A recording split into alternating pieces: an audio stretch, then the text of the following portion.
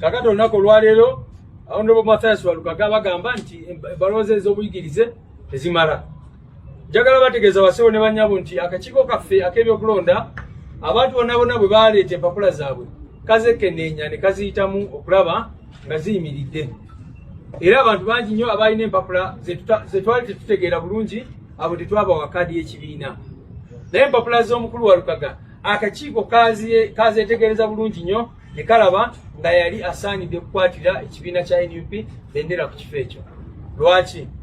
Omukulu ono yaleeta ebbaluwa oba giyite certificate eviira ddala mu University eya IU, Islamic University in Uganda, ng'alaga nti yakola mature entry examinations era ne bamuwa ebbaluwa eno. Bwe bagimuwa n'agitwala eno ebbaluwa n'agitwala mu kakiiko ke bayita National Council for Education oba olukiiko oluvunaanyizibwa okulaba nga empapula z'omuntu zenkanankana okola equivalence, era ne bamuwa certificate ekakasa bulungi nnyo nti obuyigirize bwe buli ku senior 6 ate eyo nga yeri required mu mateeka okwesimbawo okufuuka mubaka wa Parliament. Akakiiko ako kamuwa ebbaluwa ino wano kakimuwandiikira bulungi, teri expired teri invalid weri wano. Era abasewo ne bannyabo njagala n'obategeeza ne kino kankyogere tebiseera ebimu twatuukiriranga ako akakiiko ne tukawandiikira ne tukabuuza eno ebbaluwa ntuufu mwaba gi-issuinga, era akakiiko ako ka National Council for Education ne kakakasa bulungi eno ebbaluwa be bagi-issuinga ng'eraga nti omukulu Walukaga ayina empapula ezenkana n'eza senior 6. Juzi bwe baavaayo ne bateekayo okwemulugunya nga kye beekwasa nti eno mature age certificate yali expired nze. University yawandiika ebbaluwa n'egiwandiikira byabakama n'egiwandiikira akakiiko k'ebyokulonda yino wano bagimuwandiikira bulungi nnyo nga nnaku 11 eza mwezi gwa Novemba guno mwaka nga bamaze okutwala complaint.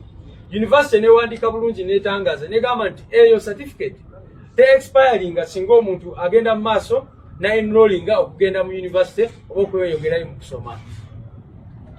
Kaakati bwe byabaka musinziirawa ogamba nti eyo certificate ya expiring nga university yennyini yagiwa egamba tena expiring. Kikyoba otegeeza kubanga university eyawa certificate eyo yino wano yo kennyini yazivaayo n'etangaaza bulungi. Ate n'ekirala university negamba nti omuntu bwe yeeyongerayo bwe enrolling for further studies ebeera ng'eri valid. University New Subs Fashions tukutuusaako ebiteeteeyi kw'ossa abaya, engatto, ensawo z'abakyala, jackets, jeans n'ebirala. Tusangibwa ku Wilson Street ku kizimbe ekya Sunset Arcade ground floor shop number 2. Okututuukako va ku Pioneer Mall otambule nga dda ku Arua Park, yisa ekizimbe ekya Wilson 1 oyite ku Health Link Pharmacy. Kati awo weekoma yambuka amadaala gakuyingize ku Sunset Arcade. Awo ng'otutuuseeko engoye zaffe tuzze China, Egypt, Vietnam n'amawanga amalala. Omukyala omwambazi omulungi ayambala naffe. Kakati olunaku olwaleero Honorable Mathias Walukaga bagamba nti ebbaluwa ze ez'obuyigirize tezimala. Njagala bategeeza basewo ne bannyabo nti akakiiko kaffe ak'ebyokulonda abantu bonna bwe baleeta empapula zaabwe kazekenneenya ne kaziyitamu okulaba nga ziyimiridde. Era abantu bangi nnyo abalina empapula ze twali tetutegeera bulungi abo tetwabawa kkaadi y'ekibiina. Naye empapula z'omukulu Walukaga akakiiko kazeetegereza bulungi nnyo ne kalaba nga yali asaanidde kukwatira ekibiina kya NUP bendera ku kifo ekyo. Lwaki? Omukulu ono yaleeta ebbaluwa oba giyite certificate eviira ddala mu University eya IU, Islamic University in Uganda, ng'alaga nti yakola mature entry examinations era ne bamuwa ebbaluwa eno. Bwe bagimuwa n'agitwala eno ebbaluwa n'agitwala mu kakiiko ke bayita National Council for Education oba olukiiko oluvunaanyizibwa okulaba nga empapula z'omuntu zenkanankana okola equivalence, era ne bamuwa certificate ekakasa bulungi nnyo nti obuyigirize bwe buli ku senior 6 ate eyo nga yeri required mu mateeka okwesimbawo okufuuka mubaka wa Parliament. Akakiiko ako kamuwa ebbaluwa ino wano kakimuwandiikira bulungi, teri expired teri invalid weli wano. Era abasewo ne banyabo njagala n'obategeeza ne kino kankyogere tebiseera bimu twatuukiriranga akakiiko ne tukawandikira ne tukabuuza ebbaluwa ntuufu mu abagiissuinga. Era ne akakiiko ako ka National Council for Education ne kakakasa bulungi ebbaluwa ebagiissuinga ng'eraga nti omukulu Walugaga ayina empapula ezenkana neza senior 6.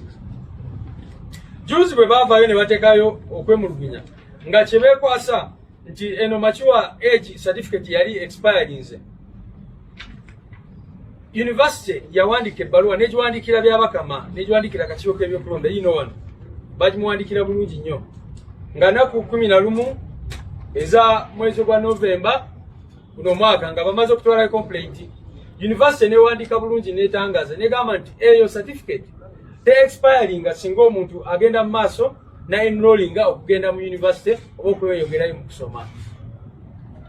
Kakati bwe byabaka musinzirawa ogamba nti eyo certificate ya expiring nga university yenyine yagiwa egamba tena expiring. Kiki obutegeeza? Kubanga university eyawa certificate eyo yino wano yoke nyine yazvayo negamba netangaza bulungi. Ate n'ekirala university negamba nti omuntu bwe yeyongerayo bwe enrolling for further studies ebeera ngeri valid. University ono mukulu gyasomerako ya St. Lawrence naye newandiika netangaza bulungi negamba nti ono mukulu ali mu third year ku university yaffe. Byabaka malinga agamba nti kati mu Uganda osobolera ddala ogenda ku university nga toyise mu senior 6 nga toyina senior 6 nga toyina advanced level ate nga advanced level ye requirement ekutwala mu university. Byabaka makyatugamba kati mu bbaluwa ze ebitategerekeka byebagezaako okukola. Naye nga bwe mbalaze kino saagala mukitunulire nga attack oba obulumbaganyi ku constituency ya Honorable Walugaga. Nga bwe mbagambye batandikirawo ekisooka ne bagezaako okulemesa NUP okufuna aba candidates. Batya twafuna candidates 425 abamu ne babalemesa okwewandiisa. Munajjukira ebyali Bukedeya ebyali Buyende n'awalala wangi nnyo be balemesa okwewandiisa aba candidate ba NUP. Abalala olw'embeera gye batuteekako ey'okutujjako ssente ze twali tufuna mu mateeka ne beesanga nga tebakyasobola kukola ki kwewandiisa. Byonna nga biri bwe bityo twagenda mu maaso ne tuwandiisa bakandidate 303 ku mutendera gwa Parliament. Munajjukira nti bakikola ne kuba LC5 ne kuba kansala wonna abantu we balaba nti we balina interest ez'enjawulo ne balemesa bakandidate baffe okwewandiisa. Kati bakandidate 303 bwe twabawandiisa regime netandikirawo ng'ekozesa ideas 2 oba approaches 2. Ekisooka kwe kubawandukulula nga bwe mbagambe sofa bakawandukulula abantu bana na information gye tulina bakyalina eyo complaint balimu era bagenda kugenda mu maaso oba oli abawandukulule bakandidate abalala aba NUP. Ekirala kye bagezezaako okukola kye mubadde mulaba mwena kwe kugulirira bakandidate baffe abamu. Ate si kubagulirira kokka, abamu basooka kubatiisatiisa ne babagulirira. Olunaku olwaleero mbadde njogera ne candidate waffe yeesimbyeyo ku bakyala Isingiro. Andazana messages nga bamugamba va mu district ya Isingiro oba oyagala bulamu. Oyo candidate w'ekibiina ki NUP yeesimbyeyo ku representing abakyala mu Isingiro. N'olwekyo abo bakandidate baffe abamu be mulaba nga bakuba ebifaananyi ne mu 7. Yes, tubanenya olw'okubanga tebalina mugongo naye ate nabo oluusi obasaasira. Kubanga abamu babawamba kati tulina ekyokulabirako ekirala. Oyo mukyala gwe bayita Jean baba mawulire mwakavalinga ebyali embalala bwakwata abantu baffe ne babasiba. Oyo bamusanga mu kkomera ne bamugamba oba oyagala tukute tugenda kukutwala wano mu kooti bakwebbeyi ogende straight ku rally ya Museveni ogambe nti ovuddemu NUP. Era kye yakola mukazi wattu. Kakati kyekyo. So kino njagala mukirabe nti bano abasajja batidde nnyo batidde ekigambo protest vote. Kyobola abakola bino byonna bagezaako okugoba abantu baffe mu lwokaano kubanga bakimanyi katono mukulu mukimanyi bulungi mwenna nti akalulu k'Ebusiro East ina 95%. Bwe bakakuba olunaku olwaleero ono mukulu nga mwali asobola okuwangula ne 100% asobola ogifuna ono omusajja bwe mulaba. Kubanga buli woyita abantu bagamba kimu twagala Walugaga. So regime okuba nti etidde nnyo kyova olaba bakola ebyo bintu bye bakola. So fenga NUP zino ensonga tuzitwala seriously abantu baffe basatu sofa be bakajjamu already tuli mu process y'okwekubira enduulu mu kooti eyawaguluko naye nene nsonga bannamateeka baffe already bakikutte n'amaanyi okulaba nga tukola appeal mu high court katusuubire oba oli awo tunaafunayo bwenkanya naye bannayuganda bakimanyi ne kooti zaffe n'ebizibu byazo kyovola nabagamba nti ensonga approach yaffe eri mu mateeka naye kubanga bano bazanya byabifuzi naffe tumanyi bulungi nnyo nti ensonga waliwo abagiri emabega oba oli abalowooza nti engeri gye batasobola kuyita ku lugi basobola okuyita mu kamooli okuyingira palamenti naye naffe tuli babuufu tulaba ebigenda mu maaso tubirengera bulungi nnyo so ekidda ku nsonga eyo tujja kuba tukibategeeza naye for now ekibiina kisazeewo kigenda kujulira bwapiiringa ku nsonga zino naye tukubira bannayuganda mwena muno omulanga okulaba eggwanga lyammwe bwe lifuuse okulaba eggwanga lyaffe bwe lifuuse ndi kaakati okeera ku makya nga UPDF yekubya abantu emiggo akawungezi poliisi eri mu kusambasamba abantu emitwe n'okukola ki ate akakiiko k'ebyokulonda ke baali badde osuubira ne bagamba nti kakulembera omulamuzi nako kakola byekaagala ebintu bwe bityo bitategeerekeka n'ebitongole bya gavumenti byonna nga mubimanyi nabyo ne twesanga nga tuli mu mbeera eyo basibo ne banyabo so ansa yaffe ye protest vote akalulu k'okwekalakaasa tusobole okwejja mu mbeera eno lwaki kubanga embeera ya bino ebitongole bya gavumenti mukirabe ng'egenda eyonooneka buli lunaku waliwo ebintu bye balina ensonyi okukola mu kalulu akaggwa naye kati babikola kitegeeza ki ekyo nti singa sisitimu eno esigalawo akalulu akaddako that is bwe tubalake ne kabeerayo kubanga bayinza n'okukola kino okutuuka ekiseera ne bakasazaamu ne bagamba nti kati tudikirayalinze monake oba ki kyonna kyonna so bannansi balina okumanya nti guno omukisa gwe tulina okwetaasa tubadde wano twogera ne pulezidenti ng'ali efotofoto batandikidde okugala amakubo n'ebirala effujjo lyonna lyonna obumenyi bw'amateeka obugenda mu maaso so bannayuganda ye ansa esembayo ku nsonga zino zonna zonna ezigenda mu maaso ensonga gye mbadde njala kubakyukiza ku nsonga zino mumanyi mwena mwena omukulu gwe bayita Lwasande ekisooka njagala mwebuuze lwaki akakakiiko kabyabakama katandikira lwaki tekanadinominatingayo candidate n'omuwa NRM lwaki tekanagobayo omuntu omuntu lwaki tekanawandukulula candidate wa NRM n'omu owulira badinominatinga ba independent ne bakandidate ba NUP era wona baze badinominatinga ogenda wulira wa NRM gwe badeclaringa unopposed feno tulowooza nti oyo returning officer bw'aba amaze okunominatinga n'agamba kati gwe candidate oli nominated ako kekaba kakiiko k'ebyokulonda kasazeemu apiira eddako yali badde mu kooti mu mbuga z'amateeka ng'omaze okuwangula ne bakuwabira ng'etteeka bwe liragira naye kati kati akakiiko k'ebyokulonda kabyabakama kali mu kubategeeza nti osobola okwewandiisa n'ofuuka candidate n'otuuka ku lunaku olw'okulonda lwenyini ne bakuwandiikira ne bakugamba omanyi ki tukudinominatings bakikolako mu kalulu akaggwa candidate waffe w'abavubuka mu Buganda bamudinominatinga ku lunaku olusembayo ne bamuwa ebbaluwa ne bamugamba nti kati tokyali candidate abakuwandiisa batutegeezeza nti tebakuwandiisa kakati byebyo oyo musajja neyesanga talina nabudde bwakugenda mu kooti mukimanyi tubadde tubagamba nti zino rulings tubadde tuzisaba kubanga tubadde tukimanyi emizannyo gyabwe naye olaba oluusi bazidireyinga intentionally nga bakimanyi nti ono bwaddukira mu kooti nga kyalinayo obudde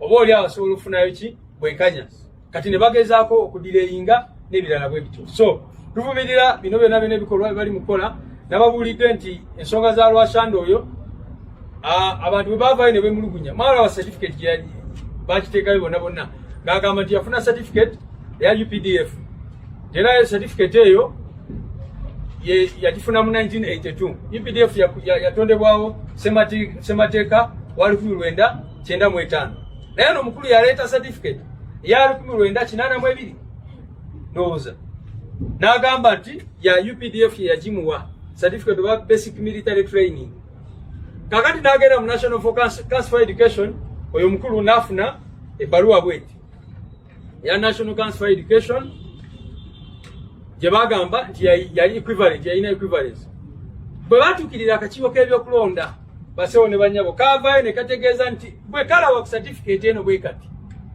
kaba tekasobola kwogera kintu kyonna kyonna akakiiko k'ebyokulonda njagala muddeyo mulabe obutambi obwo. Akakiiko k'ebyokulonda kagamba nti ffe si omulimu gwaffe si gwa equatinga documents. Toli bw'aleeta certificate okuva mu National Council for Education kiba kitegeeza nti ffe kubanga Electoral Commission ekimanyi nti si buyinza bwayo okuyinquiringa into equivalence of documents as long as they are valid. Obuvunaanyizibwa bwako bwali badde okulaba nti eno certificate ntuufu oba si ntuufu. Kituufu National Council yagiissuing oba nedda. Naye National Council bw'evaayo negamba nti eno certificate fe abagiissuinga. Kaakati akakiiko k'ebyokulonda kaba tekakyalina buyinza okugamba nti eno certificate tesobola kuyimirira. So n'olwekyo basebo ne banyabo tugenda mu kkooti nga bwe mbagambye, naye ensonga zino nga bwe ngamba zijulire mu bantu okusingira ddala. Mwalaba n'okulaba okumanya nti akakiiko k'ebyokulonda ataaka eyo gye kakola ku National Unity Platform twabategeeza mu Court Central twalina candidate waffe. Akakiiko k'ebyokulonda ko ne katuwa candidate munnange ne kaleeta candidate waako naye ne kamuwa simbo yaffe umbrella ne bagamba nti oyo ye candidate wa NUP. Mukimanyi nti akakiiko k'ebyokulonda abo abantu bonna bagendayo mujjukire ensonga tukyalinze ruling. Kubanga naffe twakola appeal ne tubagamba musobola mutya okuvaayo ne mutuwa candidate. Bwe byali mu district ye Mubende mwalaba kye baakola candidate waffe bwe baakwata ne bagamba nti kimanyi aleese empapula ng'ajigire ne bamukwata police immediately ne mutwala. Naye kaakati oyo eyajingirira bwe baakozesa ne bamuwa stamp yaffe alya butaala tebalina kye bamugambako. So byonna biraga nti bino Electoral Commission teri mu kukola kyonna kyonna kiri mu mateeka, bo bali mu kuzanya byabufuzi ebiyamba Mwami Museveni ne system ye. New Subs Fashions tukutuusaako ebiteeteeyi kw'ossa abaya, engatto, ensawo z'abakyala, jackets, jeans n'ebirala. Tusangibwa ku Wilson Street ku kizimbe ekya Sunset Arcade ground floor shop number 2. Okututuukako va ku Pioneer Mall otambule ngadda ku Arua Park, yisa ekizimbe ekya Wilson 1 oyite ku Health Link Pharmacy. Kati awo weekoma yambuka amadaala gakuyingize ku Sunset Arcade. Awo ng'otutuuseeko. Engoye zaffe tuzijja China, Egypt, Vietnam n'amawanga amalala. Omukyala omwambazi omulungi ayambala naffe. Yino Chikaya College School essomero eryegulidde erinnya mu kusomesa abaana ate ne bayita ssomero lya Dene Boarding mix y'abawala n'abalenzi senior 1 paka senior 6 balina library science kone computer labs byonna bijjudde balina arts ne science subjects co-curricular activities kone section y'ebyemikono omuli okusiba enviiri okukanika n'ebirala ebigwa mu kkowe eryo omwana n'ava ku ssomero lino ng'ali self contained kyewuunyisa ensimbi zaabwe ze zijja mu nsawo ya buli muzadde basange Chikaya Bulenga Mityana Road okumanya ebisingawo noti 757 mukaganya emwemu 57. B is a hotel and bar. Tusangibwa Nsago ku lw'Ennakawuka. Ku lw'empeereza ennungi tukola essaawa 24. Tulina ebifo ebisulwamu nga biyonjo, ebiddaabirizibwa buli kadde, ebyemizannyo ng'okulaga omupiira, okuzannya pool n'ebirala. Ebbaala ejjudde obulungi, emmere ekutuukako mangu, paakingi ennungi ate nga security eri gguluggulo. Okubuukinga n'okumanya ebisingawo kuba ku 070 79 12 04 oba 058 98 77 34. You are not easy when you are not at B is a Hotel and Bar. Come and experience the ultimate in comfort, entertainment and security with B is a Hotel and Bar. Nsago Nakauka Road. Plan B Records ye studio yokka ekuwa ekiri ku mulembe. Oyagala ku recordinga luyimba ku Plan B Records. Tu recordinga nyimbe z'ekika kyonna nga raga, reggae, kadongo kamu, afrobeat, band music n'ebika bya music byonna eby'enjawulo. Era tukozesa ba producer abalina obukugu. Kati gwalina essomero, kwaya, naawe omuyimbise kinoomu. Jangu tukolere oluyimba oluli ku mutindo ku miwendo egy'okuteesa. Plan B Records.